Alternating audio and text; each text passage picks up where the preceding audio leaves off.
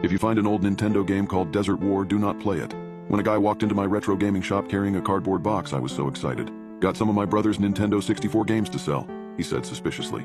All right, just checking for legal reasons. Do you have your brother's permission to sell these games? I asked. He actually disappeared over 20 years ago. He's been declared legally dead. His old games were just sitting around in the basement.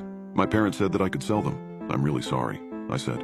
I couldn't help but wonder if he was making the whole thing up. I'd gotten used to hearing sob stories that people would make up to try to get more money. There was this one woman who came in nearly every year, attempting to sell some worthless PC games, telling me that her baby had died and that she was trying to pay for a funeral. Either she was the unluckiest woman alive or an unimaginative liar. I appreciate that, he said as he started unloading the box. He had a nice collection: Super Mario, Mario Kart, Donkey Kong, Mario Tennis, and tons more. At the bottom was a picture of his brother, which he quickly turned over, assuming I hadn't seen it. I didn't think anything of it at the time. Nearly all of the games came with their boxes and manuals, which made them much more valuable.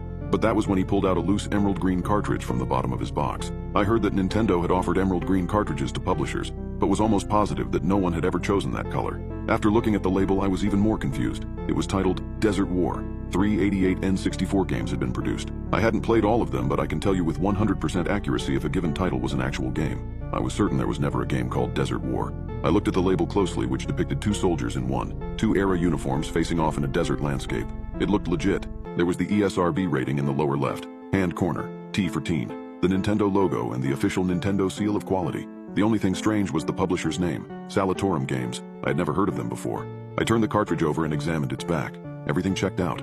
I decided to Google it, wondering if I could have somehow forgotten about the game. No result. The game simply did not exist, but somehow I had it in front of me.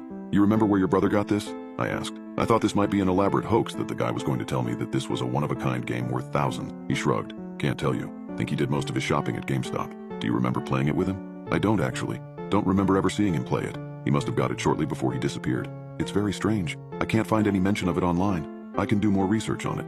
Ask some friends who might know about it and make you an offer in a few days. I'll take $20 for it, he said abruptly. I live rather far away, so it's probably not worth my time coming back here. I accepted his offer, telling him that on the off chance the cartridge turned out to be valuable, I'd share the profits with him. I'd been in this business for 12 years, and this was the strangest thing that had come through my doors. After paying him, I headed to my office, inserted the cartridge in my old N64, and turned it on. I now wish I never turned that game on. There was no splash screen, no menu, wasn't prompted to press start. Instead, I was popped directly into a desert.